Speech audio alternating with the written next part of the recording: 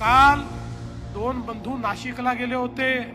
नाशिकला गेल्यानंतर तिथे मुंबईवर भाषण केलं. मुंबईमध्ये सभा घेत नाहीत, मुंबईमध्ये बोलत नाहीत. पण त्याहीपेक्षा मला आश्चर्य वाटलं, नाशिकमध्ये त्या ठिकाणी त्यांची सुरुवात माझ्या तमाम हिंदू बांधवांनो आणि भगिनींनो होती, आणि मुंबईमध्ये मात्र हिंदू शब्द सोडून दिला.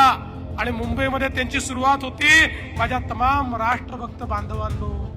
का मुंबईमध्ये हिंदू म्हणायची लाज वाटते की कोणाच्या तरी मतांची लालची आहे, कोणाच्या तरी मतांचं लांगून चालन करायचं आहे म्हणून मुंबईमध्ये हिंदू हा शब्द तुम्ही या ठिकाणी काढला.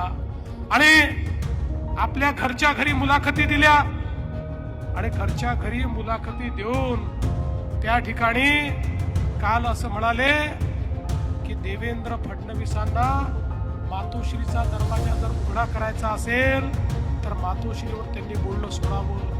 मी उद्धवजींना सांगतो, उद्धवजी मी कधीच मातोश्रीवर बोललो नाही, पण तुम्हाला एक गोष्ट सांगतो, आता मुंबईकरांच्या हृदयाचा दरवाजा माझ्याकरता उघडलाय.